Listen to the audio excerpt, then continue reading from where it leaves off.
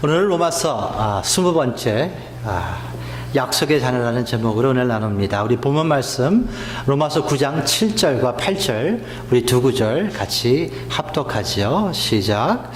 또한 아브라함의 씨가 다 그 자녀가 아니라 오직 이삭으로부터 난 자야 내 씨라 칭하리라 하셨으니 곧 육신의 자녀가 하나님의 자녀가 아니라 오직 약속의 자녀가 씨로 여기심을 받느니라. 아멘.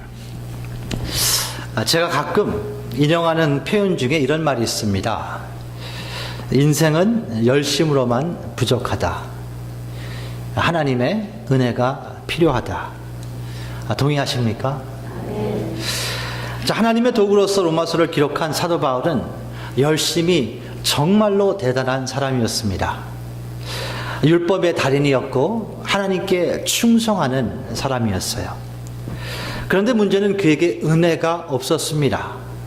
그래서 하나님께 충성한다고 하면서 기독교인들을 핍박하고 박해하는 삶을 살게 됩니다.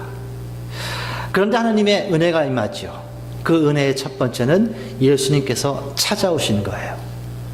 그래서 그 예수님이 십자가에서 죽으시고 부활하신 것을 믿게 하시고 회심함으로 말미암아 그리스도인으로 이제 변하게 되죠. 그의 삶의 방향이 이제 바로 바뀌게 된 거예요. 그 바뀐 삶을 살면서 이젠 바른 방향으로 살면서 그는 예수님을 더욱더 알기를 소원합니다. 복음을 묵상하면 묵상할수록 기도를 드리면 드릴수록 예수님을 십자가에 죽게 하시고 부활하신 그 하나님의 대속적인 그 사랑을 그는 감출 수가 없었어요. 그래서 로마서 8장 35절부터 37절에 그는 이런 기록을 하죠. 누가 우리를 하나님의 그리스도의 사랑에서 끊으리요? 환난이냐 곤고냐 핍박이냐 기근이냐 적신이냐 위험이냐 칼이냐. 기록된 바 우리가 종일 주를 위하여 죽임을 당케 되며 도살할 양같이 여김을 받았나이나 함과 같으니라.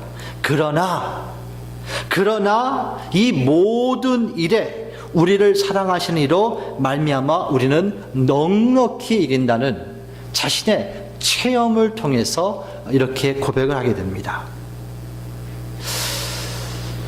그런데 이 바울에게 하나님의 사랑을 느끼면 느낄수록 알면 알수록 고민과 고통이 찾아옵니다. 그 고민과 고통은 오늘 말씀 9장에서 시작돼요. 우리 9장 1절과 2절 말씀 우리 같이 합독합니다. 시작. 내가 그리스도 안에서 참말을 하고 거짓말을 아니하노라. 내게 큰 근심이 있는 것과 마음에 그치지 않는 고통이 있는 것을 내 양심이 성령 안에서 나로 더불어 증거하노니.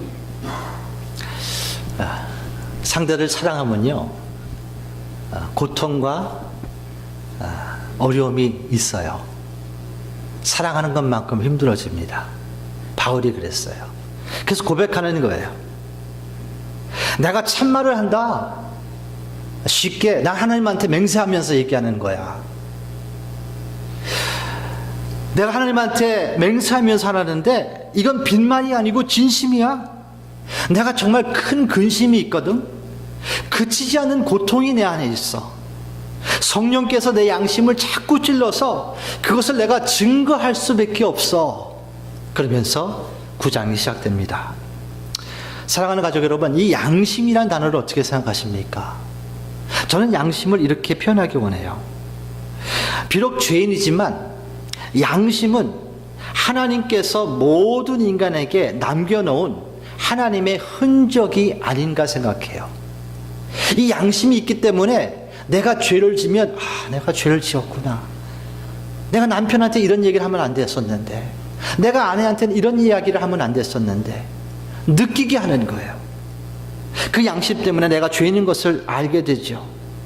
이제 이 바울은 자신의 고민과 고통을 더욱더 자세히 털어놓습니다. 그 말씀이 9장 3절이에요. 우리 합독하죠. 시작. 나의 형제 곧 고륙의 친척을 위하여 내 자신이 저주를 받아 그리스도에게서 끊어질지라도 원하는 바로다. 아멘. 굉장히 무거운 말씀인데요. 저는 이 말씀을 묵상하다가 이런 감동이 왔습니다. 영원 사랑의 정의를 한 문장으로 표현한다면 아마 로마서 9장 3절이 아닌가 생각해요. 하나님의 모든 종들은 이 같은 마음이 있었어요. 이 같은 마음. 모세가 그랬죠. 출애굽기 32장 32절에 그러나 합의하시면 이제 그들의 죄를 사하시옵소서. 그렇지 아니하면 원컨대 주의 기록하신 책에서 내 이름을 지워버려 주옵소서라는 기도를 모세는 하나님께 드립니다. 자, 이 기도의 배경은 이스라엘 백성들이 우상 숭배를 했어요. 그래서 하나님의 진노를 샀지요. 그래서 하나님께서 심판을 하시려고 합니다. 그때 모세가 하나님께 이런 기도를 드린 거예요. 마치 이런 것 같아요. 아들이 아직 몹쓸 짓을 했어.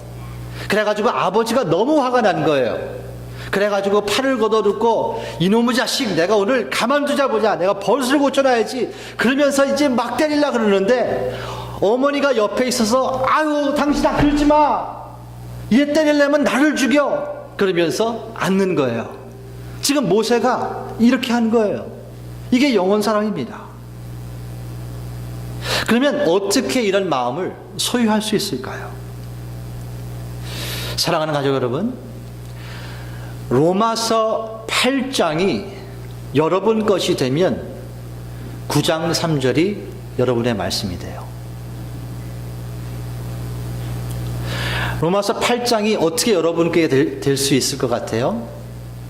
로마서 7장이 여러분께 돼야 됩니다. 7장을 이해 못하면 8장이 이해가 안 돼요.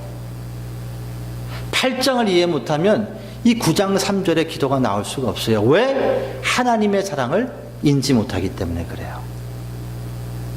8장에 무엇을 말씀하십니까? 예수 안에는 정죄함이 없다. 이게 정죄함을 많이 받은 사람이 복음 앞에 섰을 때 예수 안에서 정죄함이 없구나라는 느끼는 거예요. 정죄함을 느끼지 못하는 사람은 무슨 정죄함이 있어? 죄나 나라 똑같지, 다 죄인이지. 정죄함을 느낀 사람이 예수 앞에 가 정죄함이 없는 것을 안 되니까요. 그리고 인생은 영의 생각과 육의 생각의 싸움이라는 것을 뼈저리게 느껴야 돼요. 그래서 성령께서 우리의 연약함을 간구해 주시는구나. 하나님을 사랑하는 자, 곧 그 뜻대로 부르신 받은 자들이 합력해서 선을 이루는 거구나. 모든 인생은, 예수 믿은 모든 인생은 의롭다 하심에서 이제는 영화롭다 하심으로 달려가는 삶을 사는 거구나.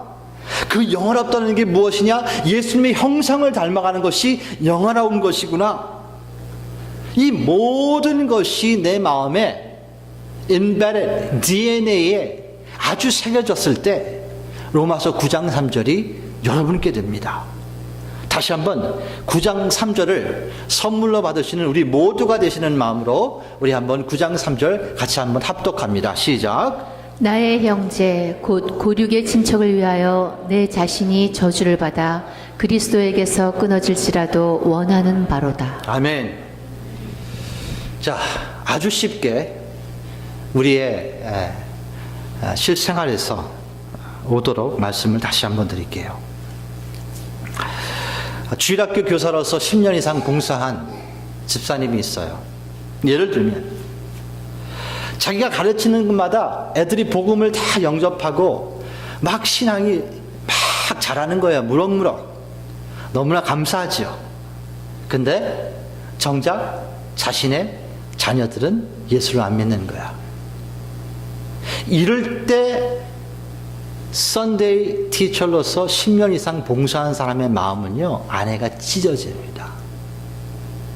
아주 썩어 들어가요.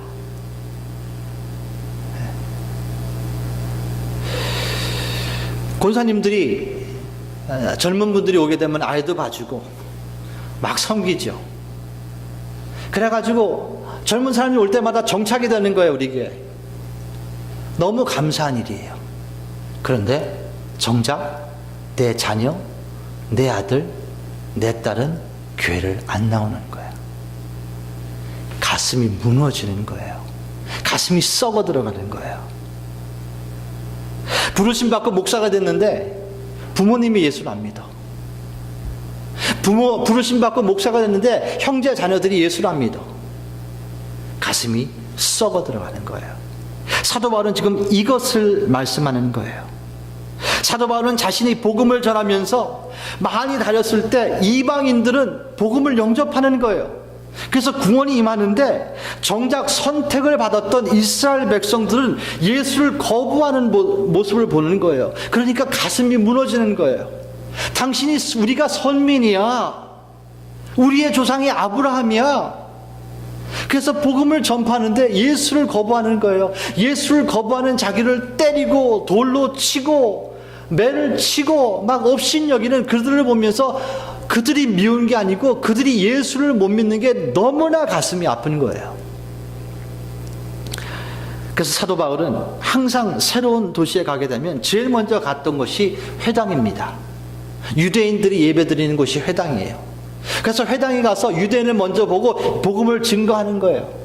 근데 회당에 갈 때마다 때리니까 예수가 무슨 메시아야 그러면서 때리니까 그러니까 알았어, 내가 이방인한테 간다. 그래서 이방인한테 가서 복음을 증거한 거죠. 사도 바울은 이렇게 이야기합니다. 내가 저주를 받아.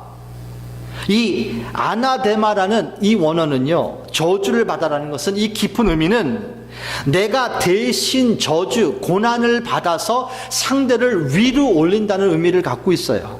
이것이 예수 그리스도의 삶이었지 않습니까? 예수님께서 십자가에서 여러분과 저의 죄를 해결하심으로 저주, 심판을 받음으로 우리가 하나님께 올림을 받은 거예요. 그러한 기도를 사도 바울은 지금 하나님께 드리고 있는 거예요. 이 영적인 원리를 사도 바울은 바로 인식했기 때문에 로마서 8장 17절에 예수와 함께 영광을 받기 위해서는 고난도 함께 받아야 된다는 것을 선포합니다. 우리 로마서 8장 17절 합독합니다. 시작. 자녀이면 또한 후사 곧 하나님의 후사요 그리스도와 함께 한 후사니 우리가 그와 함께 영광을 받기 위하여 고난도 함께 받아야 될 것이니라. 아멘. 하나님께서 아브라함을 선택함으로 이스라엘을 시작하십니다. 그리고 이 아브라함을 통해서 이스라엘 백성에게 정말로 많은 축복을 주세요. 그 축복을 이제 바울은 기록합니다. 4절과 5절이에요. 저희는 이스라엘 사람이라 저희에게는 양자됨과 영광과 언약들과 율법을 세우신 것과 예배와 약속들이 있고 조상들도 저희 것이요 육신으로 하면 그리스도가 저희에게서 나셨으니 저는 만물 위에 계셔 세세의 찬양을 받으실 하나님이시라. 아멘. 다 이렇게 이야기하는 거예요. 이스라엘은 너희들은 특권을 받았어. 어떤 특권이야? 넌 양자가 된 거야. 하나님의 자녀가 된 거라는 거예요. 영광. 하나님께서 너희를 찾아와 주셨어. 너희가 찾은 게 아니야. 하나님이 찾아와 주신 거예요. 아브라함에게. 너희들한테 오신 거예요. 율법, 삶은 이렇게 사는 거야. 도덕적으로는 이렇게 사는 거야. 빛과 소금의 삶이 이거야. 이렇게 살아야 구별받은 삶을 사는 거야. 그 기록한 것이 율법이에요. 그리고 예배를 주셨잖아요. 예배. 예수님이 너희는 알지 못하는 대상을 예배하나 우리는 아는 대상을 예배하는도다. 사마리아 여인에게 그렇게 말씀하지 않았습니까? 아니, 우물가 여인에게. 우물가 여인인가요? 사마리아 여인인가요? 사마리아 여인. 네. 네. 죄송합니다. 여기 없는 거라서 갑자기 생각이 나가지고. 네. 그런 약속을 줬어요. 또 조상이 있지 않느냐? 믿음의 조상이 있지 않느냐? 그리고 무엇보다도 너희들의 그 핏줄, 그 족보를 통해서 메시아인 예수 그리스도가 탄생하지 않았느냐. 이렇게 말씀하는 거예요. 자 보세요. 마태복음 1장 1절입니다. 아브라함과 다윗의 자손 예수 그리스도의 세계다. 그러면서 이제 족보가 나오면서 예수님이 탄생하신 것이 이스라엘을 통해서 탄생하셨다. 자, 사도 바울은 이스라엘 백성과 그들의 특권을 소개합니다. 그런데 그에게 신앙생활 하면서 풀리지 않는 수수께끼가 있었어요.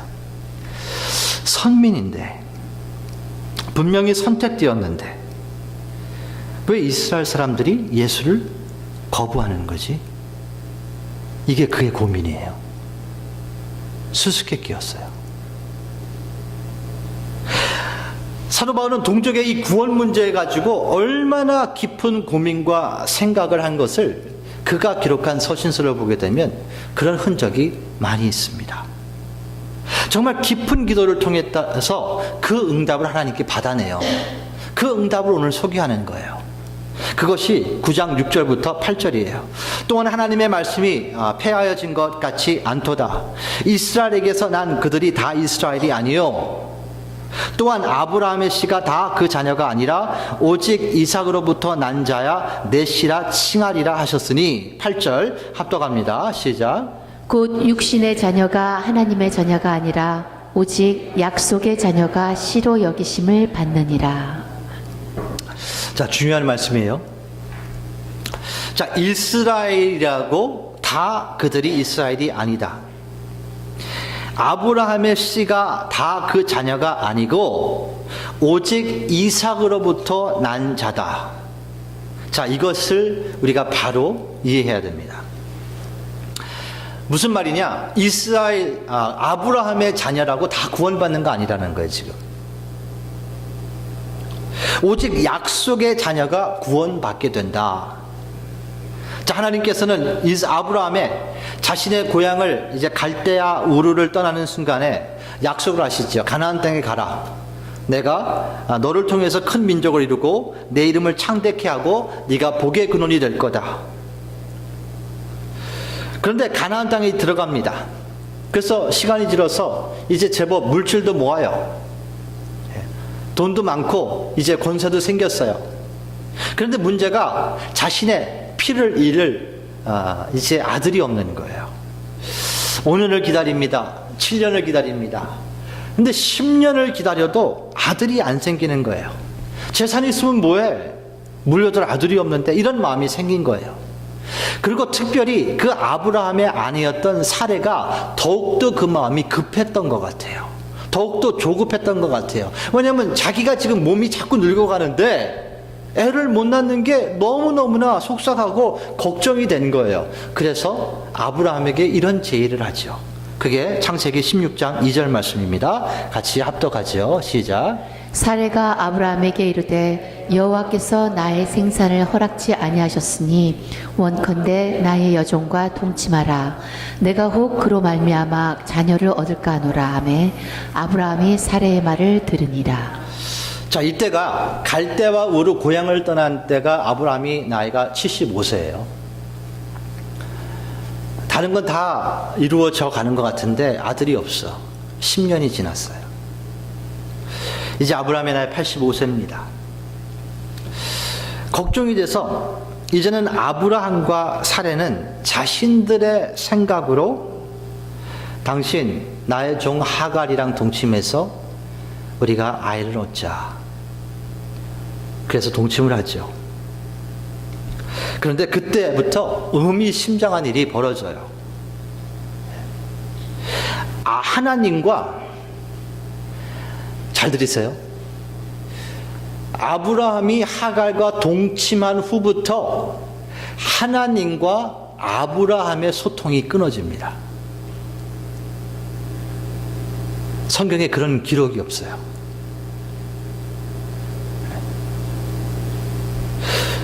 왜 하나님이 소통을 딱 끊었을까요?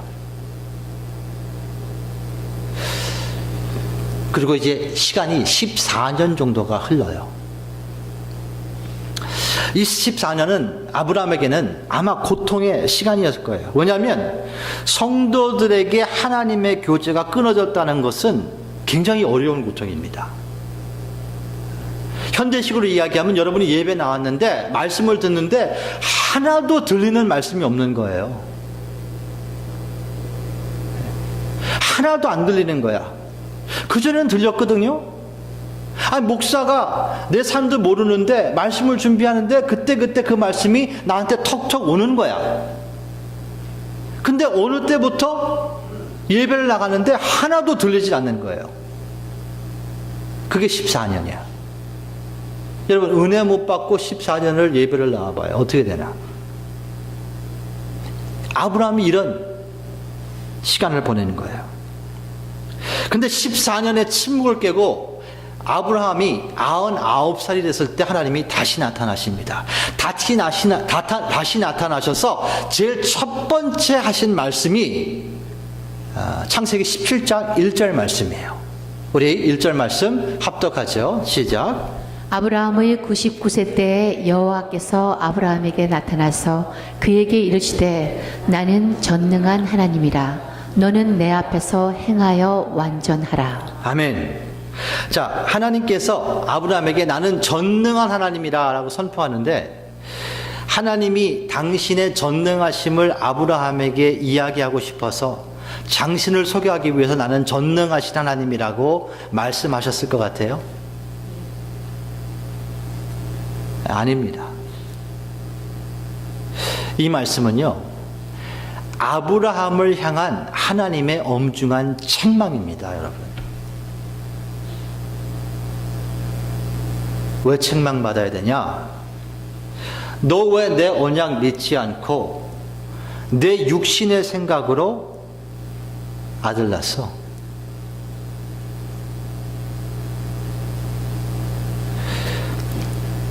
그러면서 다시 한번 언약을 반복하시면서 이를 행하여 완전하라 라고 명령하세요. 순종하라는 거예요.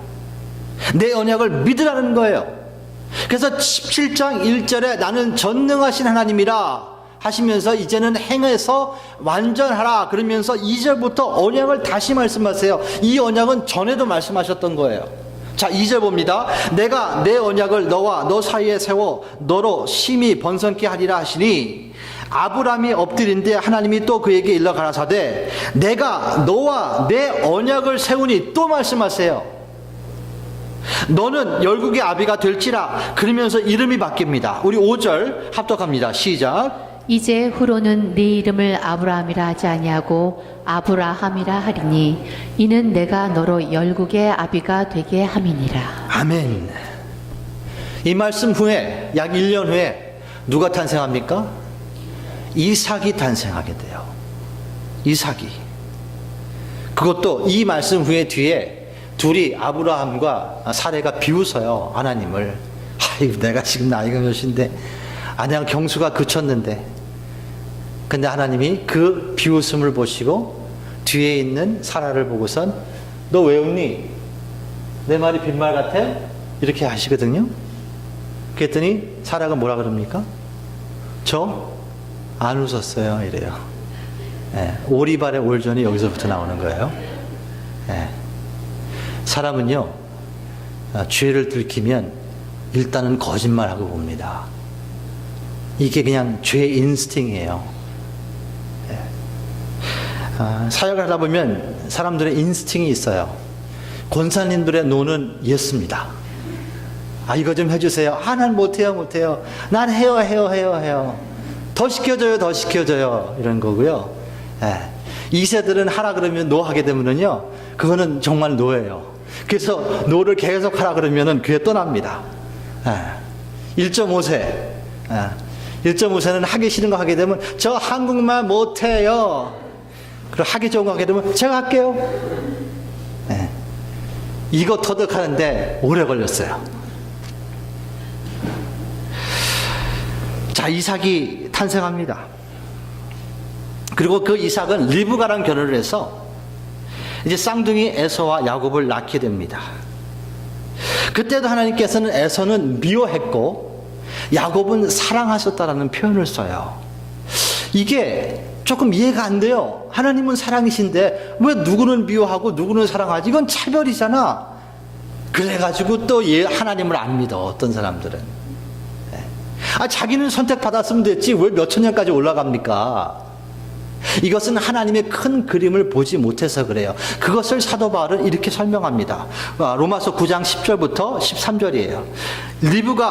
리브가가 우리 조상 이삭 한 사람으로 말미암아 잉태하였는데 그 자식들이 아직 나지도 아니하고 그 자식들이 누구예요? 쌍둥이 에서와 야곱. 아직도 태어나지도 않았어요. 무슨 선이나 악을 행하지 아니한 때에 택하심을 따라 되는 하나님의 뜻이 행위로 말미암지 않고 오직 부르시는 이에게로 말미암아 서게 하려 하사 리브가에게 이르시되 큰 자가 어린 자를 섬기리라 하셨나니 기록된 바 내가 야곱은 사랑하고 에서는 미워하였다 하신가 같으니라. 이 9장 13절에 이 말씀은 말라기서에서 사도 바울이 인용해 가지고 지금 로마서에서 표현한 거예요.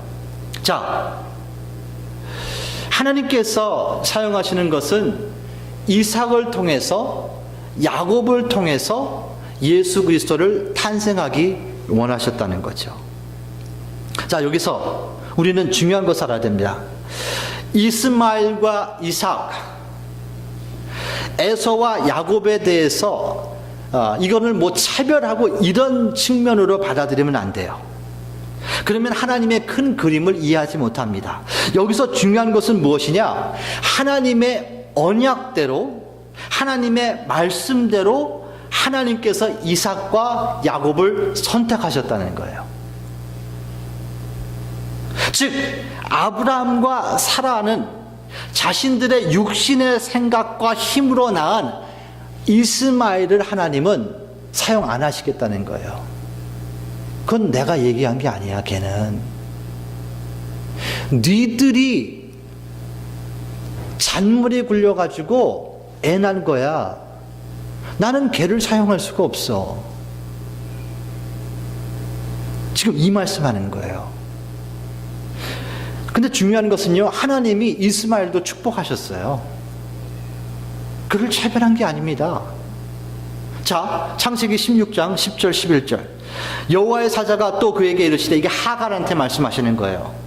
내가 내 자손으로 크게 번성하여 그 수가 많아 셀 수 없게 하리라.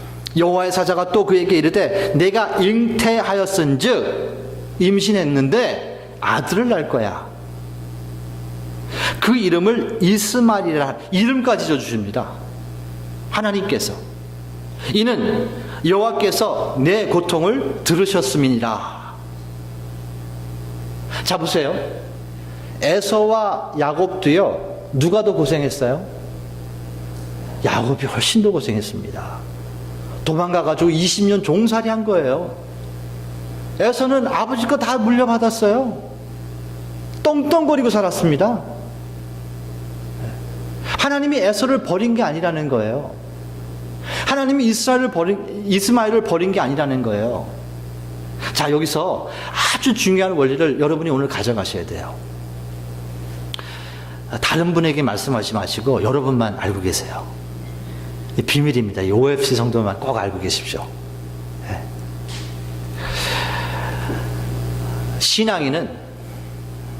신앙을 어떻게 배우냐면요, 실패와 한계를 통해서 배워요. 여러분, 축복을 통해서 신앙 배우지 못해요. 축복 받으면 받을수록 교만해질 겁니다.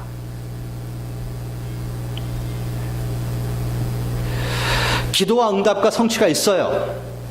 그런데 하나님께서 원하시는 그 예수님의 성품이 여러분과 저의 성품이 되기 위해선, 그런 인격이 되기 위해선 육신의 생각과 행동으로는 절대 이루어지지 않는다는 것을 하나님께서는 여러분과 저의 삶을 통해서 뼈저리게 느끼게 하십니다. 안 돼요. 아무리 열심히 해도 안 됩니다. 마치 아브라함과 사라가 육신의 생각으로 행동으로 낳은 이스마엘을 하나님은 거부하신 거예요. 나는 I cannot use Ismael. 내가 뭐라 그랬어? 난 이삭을 통해서 일한다 그랬잖아. 근데 너희들 왜 그런 일을 했어?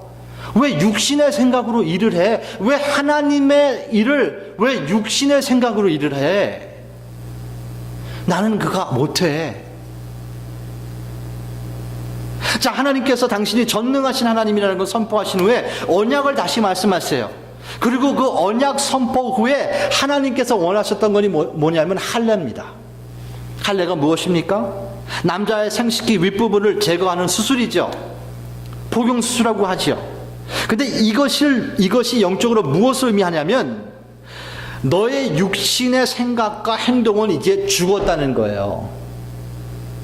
하나님한테는 그 할례 받는 그 잘라지는 그 부분이 필요 없다는 거예요. 그거는 육신의 생각이야.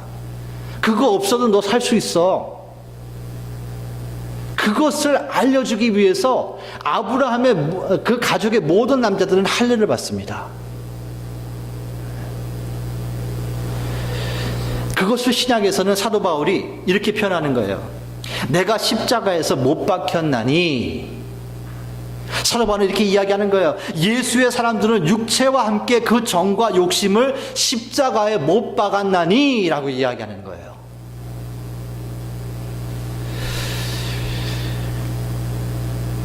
교회 출석한다고 다 성도가 아니라 물과 성령으로 거듭난 사람만이 성도라는 거예요.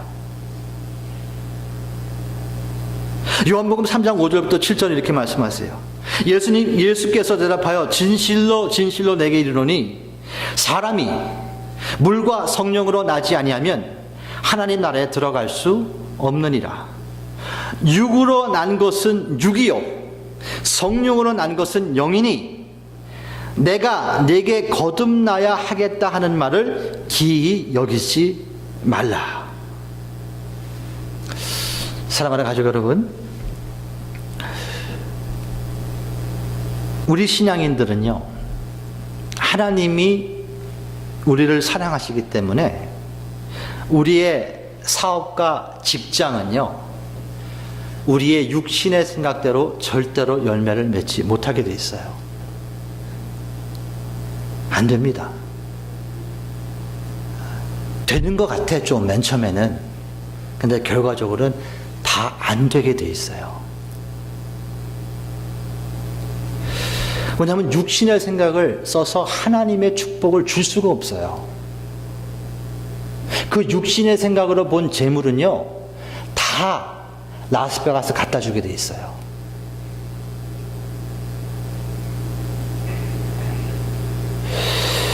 부부 생각, 가정 생활, 우리의 생각같이 안 됩니다.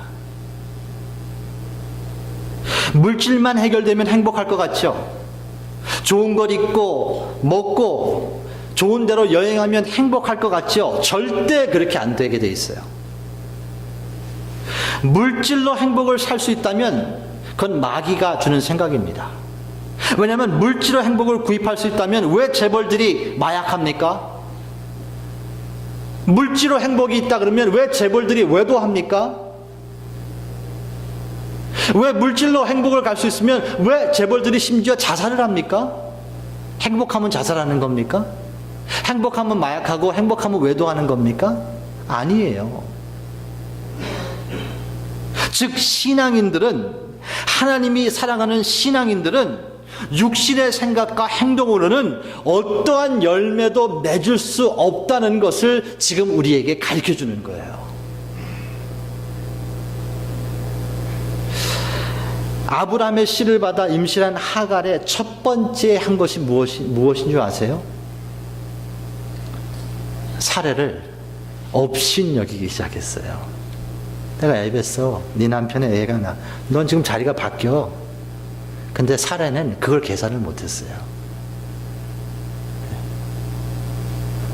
육신의 생각은 항상 이런 일이 터집니다.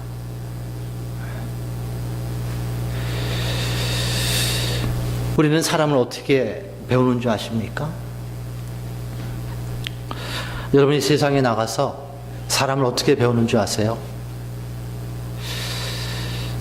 우리는요, 사람을 배신을 통해서 배워요. 상대가 교활한 것을 통해서 사람을 배웁니다. 사람을 치사함을 경험하면서 아, 인간이 이런 거구나. 기복 엄청나게 왔다 갔다 하는 사람을 보면서 아, 인간이 이런 거구나. 상대의 이기심을 보면서 아, 인간이 이런 거구나. 상대의 까칠함을 보면서 언제는 좋다 그러더니 또 5분 있다가 또 야, 인간이 이런 거구나. 그러면서 결론이 이렇게 나와요. 사람은 믿을 존재가 되지 못하는구나. 사람은 사랑하는 존재지, 사랑의 대상이지 믿음의 존재가 아니야. 아, 성경이 맞구나. 그러면서 그 까칠함과 그 배신과 그 치사함과 그 아첨과 그 기복이 많은 것과 이런 것이 내가 그렇다는 것을 느끼게 하는 거예요. 그래서 사람을 배웁니다. 그래서 사람을 배우는 거예요. 이 과정을 거치지 않으면 인간을 배울 수가 없어요. 또한 우리는 자신의 비전, 성취, 목적을 추구하기 위해서 열심합니다. 열심히 일합니다. 근데 넘어지고 쓰러지고 실패와 좌절의 경험을 통해서 인생은 열심만 가지고 부족하다고 나중에 고백하는 거예요. 한 가지 더 깊게 말씀드릴까요? 우리의 열심 안에는요, 문제가 뭐냐면, 왜 우리의 열심이 하나님이 안 쓰는 이유가 뭐냐면, 그 열심 안에는 우리의 욕심이 있어요. 그래서 하나님이 그 열심을 못 쓰는 거예요. 우리의 열심 안에는 우리의 자존심이 있습니다. 그래서 그 열심을 못 쓰는 거예요, 하나님이. 정말 그의 나라와 의를 위해서 쓰는 열심이면 하나님이 사용해요. 근데 우리가 말하는 열심 안에는 나의 의와 나의 나라와 나의 자존심과 내가 높아지고 싶은 생각과 나의 이기심과 나의 정욕과 나의 욕심과 이런 것들이 다 열심 안에 있기 때문에 하나님이 그 열심을 거부하시는 겁니다. 그런 열심으로 열매를 맺으면요, 그거는 완전히 죄의 아예 그냥 완전히 그냥 죄의 그냥 우물 안에 빠지는 게 돼버려요. 그래서 그런 열심은 사용하지 못해요. 하나님이 우리에게 이렇게 말씀하세요. 요한복음 1장 12절과 13절입니다. 영접하는 자 곧 그 이름을 믿는 자들에게는 하나님의 자녀가 되는 권세를 주었으니, 13절이 중요해요. 이는 혈통으로나 육적으로나 사람의 뜻대로 나지 아니하고, 자, 요한복음이 누가 쓴 거예요? 네, 사도 요한이 쓴 겁니다. 바울이 쓴 게 아니에요. 성령께서 요한에게도 말씀하시고 사도 바울에게도 말씀하시는 거예요. 보니까 혈통으로 되는 거 아니에요. 이스라엘의 선민이라고 다 구원받는 게 아니라는 거예요, 지금. 육정으로 사람이 거듭날 수 없다. 사람의 뜻으로 되는 것이 아니다. 오직 하나님께로부터 거듭나야 된다. 물과 성령으로 거듭나야 된다. 사도 바울은 이스라엘이기 때문에 다 이스라엘이 아니야, 친구들아. 여러분과 저는 예수님을 믿었기 때문에 이제는 약속의 자녀가 된 거예요. 약속의 자녀가 됐기 때문에 약속의 말씀만을 붙잡아야 열매를 맺게 되는 거예요. 내 인생이 왜 이렇게 안 풀리지? 이것도 안 되고 저것도 안 되고. 그러면 분석해야 돼요. 내가 육신의 생각으로 지금 하고 있어서 안 되나? 아니면 영의 생각을 했는데 하나님이 나를 바울과 같이 훈련시키기 위해서, 더욱더 간증을 주기 위해서 이렇게 하시는 건가? 점검해 봐야 됩니다. 자, 사도 바울이 나중에 무엇을 자랑합니까? 내가 말이야 집안이 괜찮거든. 내가 말이야 공부 좀 했거든. 내가 말이야 로마 시민자거든. 자랑할 게 많은 사람이 그 자랑이 다 없어져 버려요. 그러면서 나는 약함을 자랑하는 도다. 나 병이 있거든. 내가 그래서 하나님한테 3번 기도했어. 사역하는데 너무 힘들어가지고 내가 이거 하나님, 내가 안수하면 병이 났는데 안수하는 자가 병 들어가지고 이렇게 되면 하나님 이게 은혜가 됩니까? 하나님 이건 아니잖아요. 기도했죠. 그랬더니 하나님이 내 은혜가 족하도다. 아, 약할 때 강함을 주시는구나. 그것이 은혜구나. 나는 병 있는 걸 자랑하리로다. 나는 매 맞은 걸 자랑하리로다. 나는 돌 맞은 걸 자랑하리로다. 약할 때 강함을 주신 하나님을 자랑하는도다. 이것이 은혜구나. 이것을 선포한 겁니다, 사랑하는 가족 여러분, 우리는 하나님의 자녀이기 때문에 말씀대로 안 사는데 잘 되면 하나님의 사랑이 떠난 거예요. 하나님의 사랑이 떠난 거예요. 하나님이 여러분 침묵하시는 하나님이 계십니까? 오늘 나타나셔서 나는 전능하신 하나님이라는 것을, 그런 음성을 들으시기를 예수님의 이름으로 축원합니다.